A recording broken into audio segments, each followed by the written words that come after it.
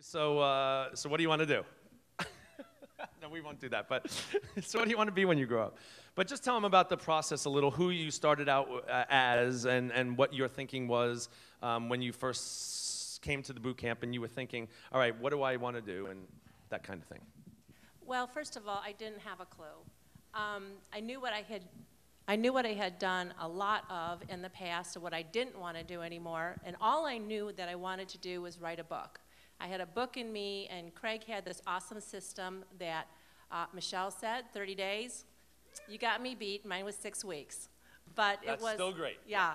And it was just so cool to get it done. He had a great system that helped me to organize it. And so, and it gave a deadline last March, I guess it was, for the first boot camp. Right. Right. So I wanted to get it done by then, which I did, which opened up this store that I had no idea was going to open, where people just started inviting me to speak. And I haven't had to ask for one speaking engagement. So it's been pretty awesome. And what I found out was that I actually liked it and was having a great time doing it. I had been a coach and a counselor for years and years and years, and I had kind of given that up because of frustration.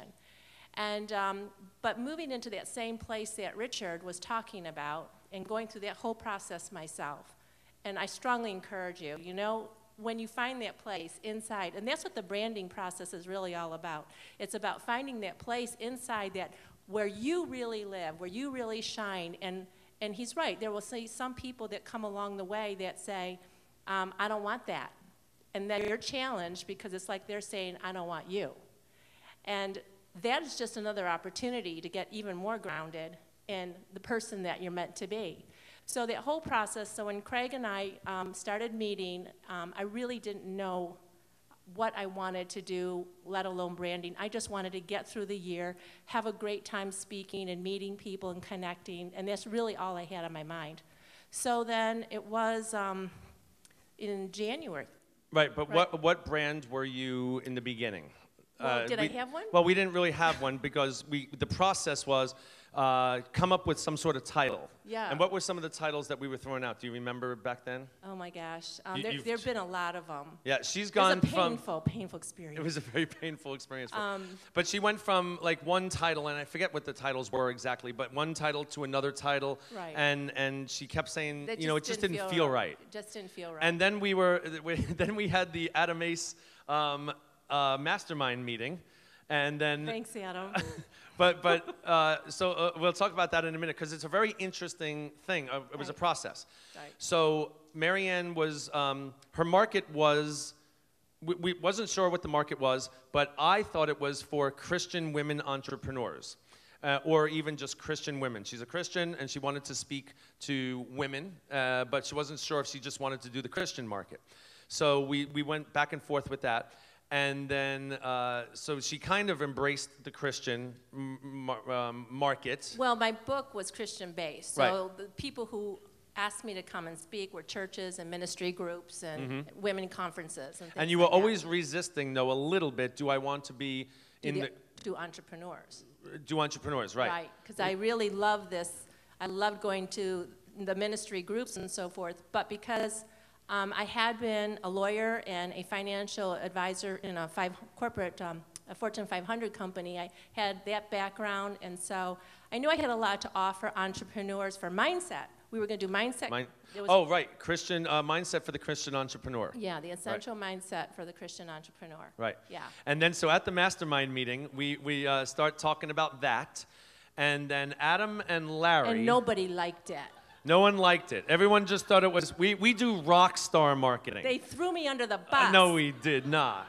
But and then trampled on me. But the horrible. essential market, the essential mindset for the Christian entrepreneur, anyone can be that. I mean, it's pretty just like that's what it is, and that's cool. But we're all about rock star marketing. So I don't know who came first, but Larry goes, no, I don't like it. Right off the bat, he's like hiding. No, it was Brian. Oh, was it Brian first? Yeah, Brian said, what is that? What is that? You know, I don't get it. Oh, Brian, that's right. He says, right. Where is Brian? He's not here yet. Okay. Right. He was the first one. So then Adam throws out the line, and then John Schaefer had the tagline, Adam, I would like you to share what you branded. Wait, I need a microphone. Can we get one more mic? Because this is good. This is good let stuff. me give you one more piece of information here. One of the reasons I wanted to talk to Christian entrepreneurs is because they're so conflicted about money. All the guilt and all the double-mindedness keep them back. So I really wanted to tackle the whole issue about, God's okay with you making money. In fact, it's a good thing, So Adam came up with this wonderful tagline. No, he came up with the brand. The brand. Okay, yes. go ahead. All right, in my defense, Stand up. I love Maryann. Yeah. We've been through this whole process together, and so I want to help her and help her succeed. But she was sitting up there, and she was talking all about all of this Christian stuff, and then she said, I don't want to be viewed as a Christian speaker, and blah, blah, blah. And I'm like, and my website is favoredbygod.com, but I don't want people to think that.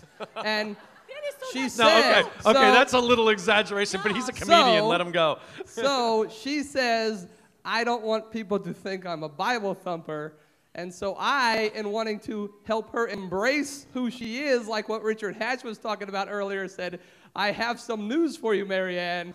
You are a Bible thumper. And that's okay. That's okay. So I said, instead of essential mindset for the Christian entrepreneur, you should be known as the money-making Bible thumper. Yeah. So, okay, wait. The same reaction happened in the mastermind meeting. So Adam gets up and says this, and all of us at one time, yes! And Maryann's like this. I have to do what? And then John Schaefer, stand up, John. Give John the microphone. And then John Schaefer's writing down, this is how these mastermind groups work in our Rockstar. They're great. And so Adam says that. Larry's cheering in the back because he loves that so much better. And then John's scribbling something, and John says, what's the tagline for her? Well, we were just sensing how frustrated she was, and we were kind of playing off Adam, who disoriented her. So I came up with, I'm rich as hell and God's cool with it. The money-making Bible thumper. I'm rich as hell and God's cool with it. We walked out of that meeting going, oh my gosh, this is the greatest brand I've ever seen in my life. And Maryann walked out of there like this, I'm dead. I'm a Bible thumper. And it was great. It was so great, though. Now, that's not Maryann, though. But it was a great brand. So if anyone else wants to buy it, she'll sell it to you. But we had our one-day meeting the next day, and the thought of masterminds in our coaching program, the mastermind is the brainstorm. And it came up with these great ideas. But Maryann said, I'm really having trouble with this. Yeah. And it was just a process. But if we didn't get to that point, I think, she wouldn't be where she is now, which is an amazing brand for her. So tell about how you felt that day a little, and not all this stuff, but that you wanted to kill Adam, and I'm joking. I felt like I was in 8th grade. Yeah. I felt like I was in 8th grade, that I had no idea who I was, where I was going, nothing. It was an awful next few days. And partly it was awful because it sounded so good, and everybody was so excited about it, and I wanted to be. But you got to know what's you and what isn't you. And it took a few days for me to get back to, that isn't me. As much as I don't want to miss out on a great opportunity, with a great title like that and being funny, it's just not who I am. And I couldn't go out there feeling like this is going to work. And if you're not passionate about your brand, it'll show. Yeah. So even though it's a great brand, I still think it's a great brand, it didn't work for her, and it wouldn't work for her because she wouldn't be telling everyone I'm this because you didn't like that. I mean, it didn't feel right. You felt awful. For 3 days, she was awful. Now, who are you? Do you have anything to say before this? Well, yeah, I think then the branding process causes you to then take this step outside yourself. It's almost like partly you look inside, but partly you step outside yourself and say, what is it I do? What's common in all the people that I work with? And you kind of like draw out of those people that you work with the commonalities as different as each situation is. And so what started to happen, what was the common denominator with everybody that I work with, and it's that they worry. And so I thought, well, no wonder I draw people, because I was the queen of worry. So I've drawn people to me that worry, who are gifted, who are talented, and are stuck because of all the worry about who they are, where they're going, their money, etc. And one thing that I've learned in the process of growing, I guess, is how to become a warrior rather than a worrier. So my brand now is transforming you from worrier to warrior. Your life is waiting. Isn't that good? Mm-hmm. Love it. That's me. And that's me. But transform your life from warrior to warrior. That's her brand, and the tagline is "Your life is waiting." Is so I just think it's like so powerful. So you've been getting speaking engagements, Yes. and how many have you gotten recently? I mean, you've been. Well, I have a couple in April, one in May, and a couple in June so far. Great, and she was not a speaker. No. The first time you came on my stage to present your book, you were a little nervous. Second time she came up this past September, she was a rock star.